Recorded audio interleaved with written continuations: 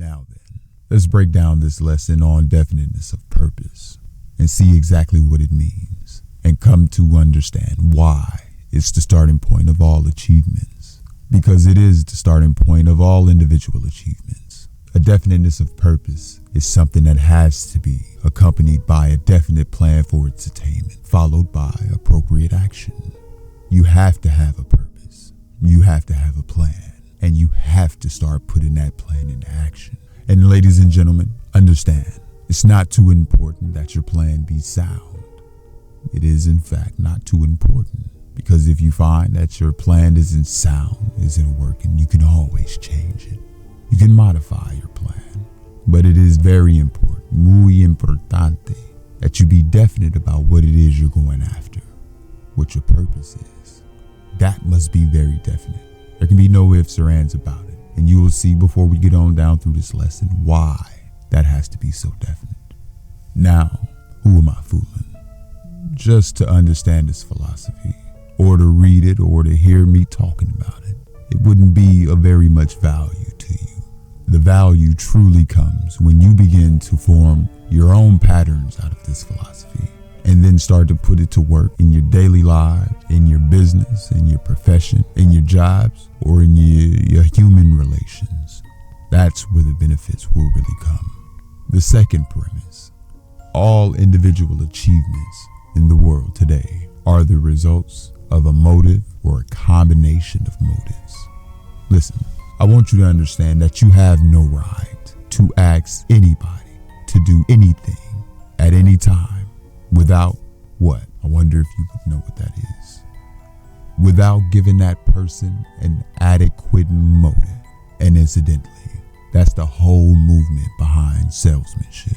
The ability to plant in the mind of the prospective buyer an adequate motive for his buying. Learning to deal with people by planting in the mind an adequate motive while they're doing the things you want them to do. Now, in the world, across the world, there are a lot of people who call themselves salesmen, who have never heard of the 9 basic motives, who do not know that they have no right to ask for a sale until they have planted a motive in the mind of the buyer for his buying. The third premise, any dominating idea, plan, or purpose held in the mind through repetition of thought. Any dominating idea held in the mind, plan, or purpose through repetition of thought and emotionalized with a burning desire for its realization.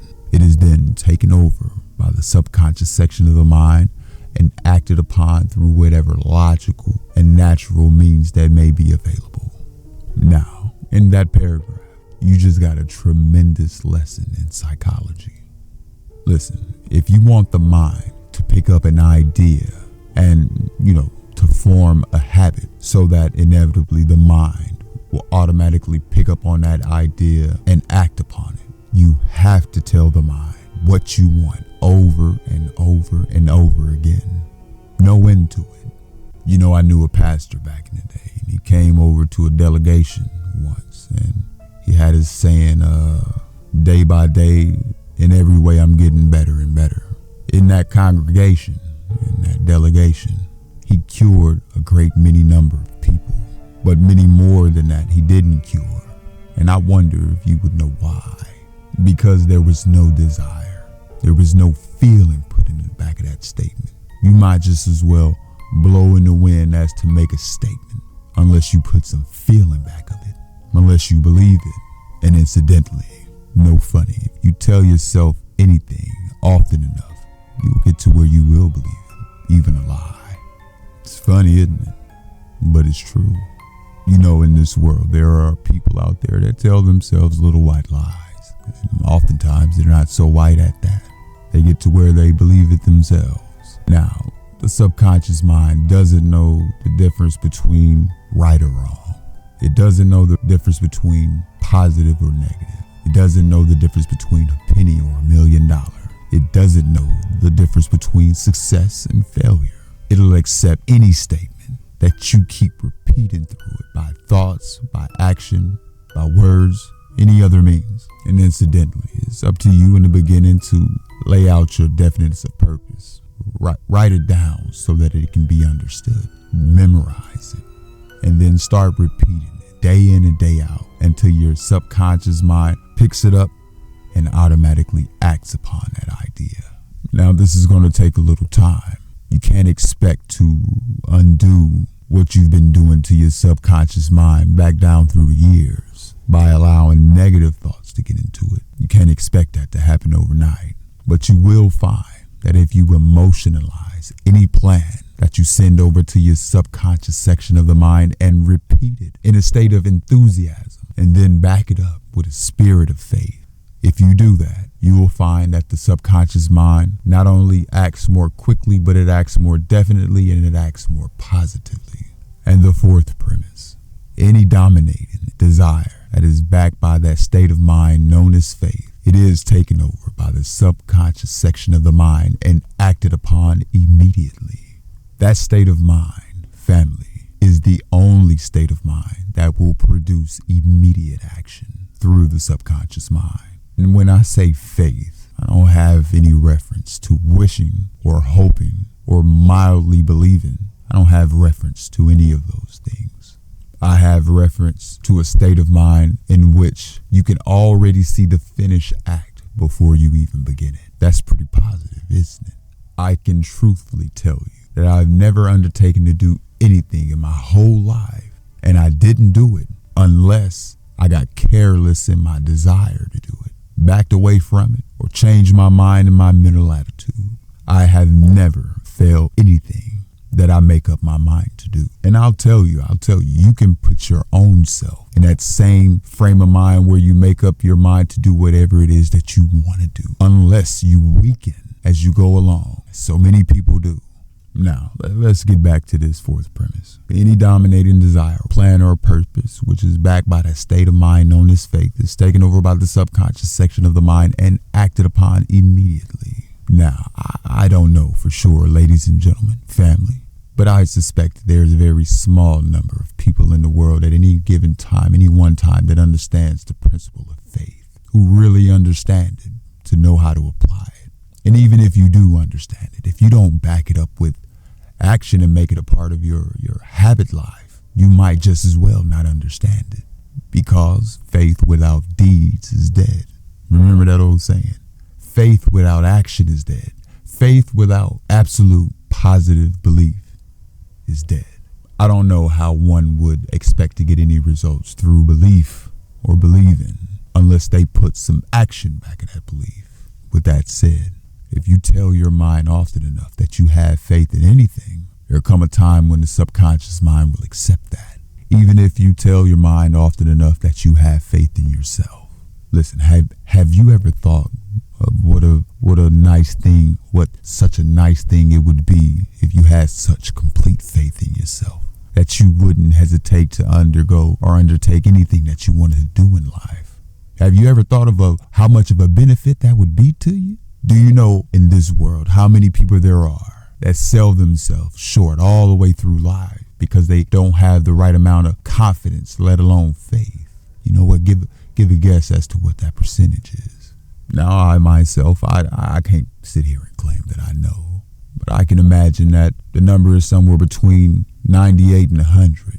You know, that line of demarcation or that margin of people who do is so small that I wouldn't even begin to guess as to what it is.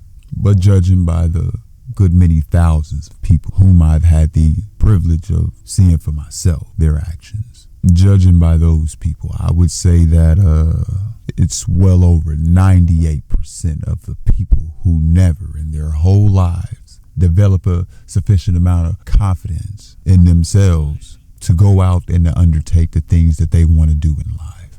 They accept from life whatever life hands them. Isn't it a strange thing how nature works? She gives you a set of tools, everything that you need that you could use to attain all that you aspire. She gives you a set of tools, adequate for your every need. And she, rewards you bountifully for accepting and using those tools. That's all you have to do. Just accept them and use them. She penalizes you beyond compassion if you don't accept them and use them. Nature hates idlest and vacuum. She wants everything to be in action, and especially does she wants the human mind to be in action. The mind isn't any different from any other part of the body. If you don't use it, if you don't rely upon it, it atrophies and withers away and finally gets to a point where anybody can push you around. Anybody. And oftentimes you don't even have the strength to resist or protest when people try to push you around. The fifth premise. The power of thought is the only thing over which the human being has complete and unquestionable means of control. A fact so astounding that it connotes a close relationship between the mind of man and infinite intelligence. Now, ladies and gentlemen, there are only 5 things in the whole known universe. Just 5 things. And out of those 5 is shaped everything that is in existence. From the smallest electrons and protons of matter on up there to the stones that float out there in the heavens, including you and me. Just 5 things. There's time and there's space. There's energy and there's matter. And out of those 4 things, although those 4 things would be no good without the 5th thing. Everything would be nothing. Everything would be chaos. You and I could not have existed without that 5th thing. What do you think it is? A universal intelligence. And it reflects itself in every blade of grass, everything that grows out of the ground. It reflects itself in all of the electrons and protons of matter.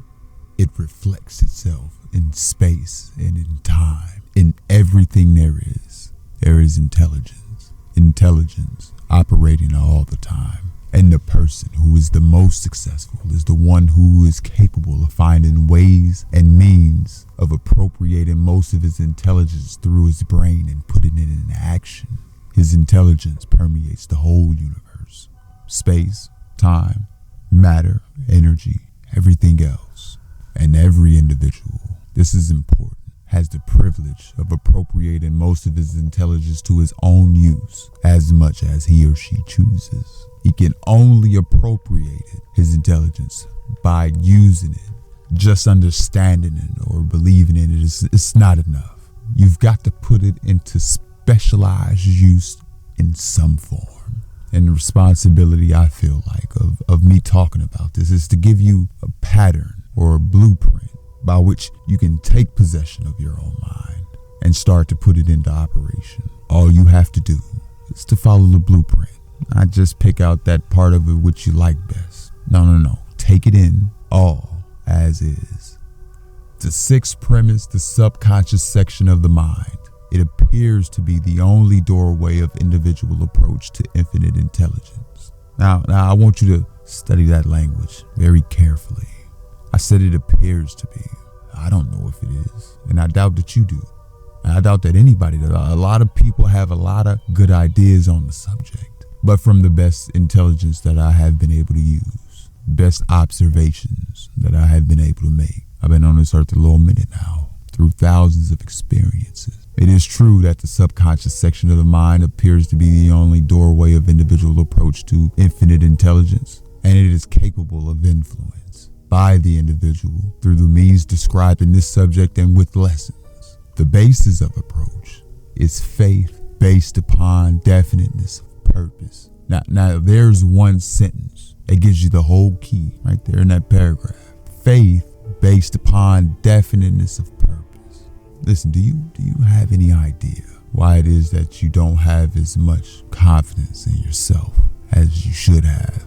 Have you ever stopped to think about that? Have you ever stopped to think about why it is that, you see an opportunity coming along, or what it is that you believe to be an opportunity? Then you begin to question yourself, to question your ability to embrace that opportunity and use it. Haven't you had that happen to you many times? Doesn't it happen every day? And if you ever have the chance to be closely associated with people who are very successful, you will find that that is one thing that they're not bothered by. If they want to do something, it never occurs to them that they can't do it. And I believe, in all honesty, that that's the condition and the operation of any successful mind. And incidentally, as much more as we talk on the subject, that's going to end up being, if you're listening to this needing to hear some kind of message, that's going to end up being the condition of your mind. You're going to be able to project your mind into whatever it is you want to do, and there'll be never any question in your mind as to whether or not you can do the thing that you want to do.